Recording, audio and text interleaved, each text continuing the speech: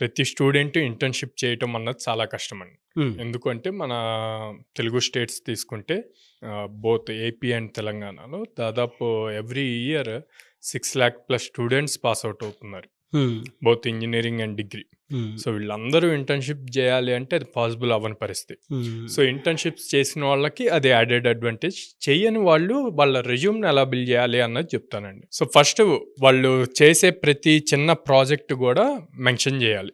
మీరు ఫ్రెషర్‌గా enter అవ్వబోతున్నారు. Enter అయ్యే ముందు మీ స్కిల్ ఏంటి అన్నది ప్రూవ్ చేసుకోవాలి గదా!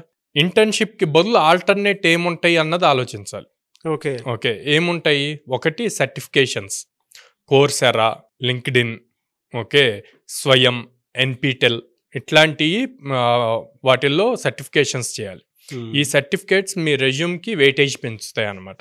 మీ ఊర్లో గానీ, మీ ఇంటి దగ్గరలో గానీ ఏయైనా చిన్న చిన్న బిజినెస్ ఉంటే వాళ్ళకి వెబ్‌సైట్స్ బిల్డ్ చేసి ఇవ్వండి. హ్మ్. అది రియల్ టైమ్ వర్క్స్. ఓకే. దానివల్ల వాళ్ళకి యూజ్ అవుద్ది. At the same time me skills improve చేసుకోవటానికి యూజ్ అవుతది. సో హ్మ్. దాన్ని మీరు రెజ్యూమ్‌లో మెన్షన్ చేసుకోవచ్చు.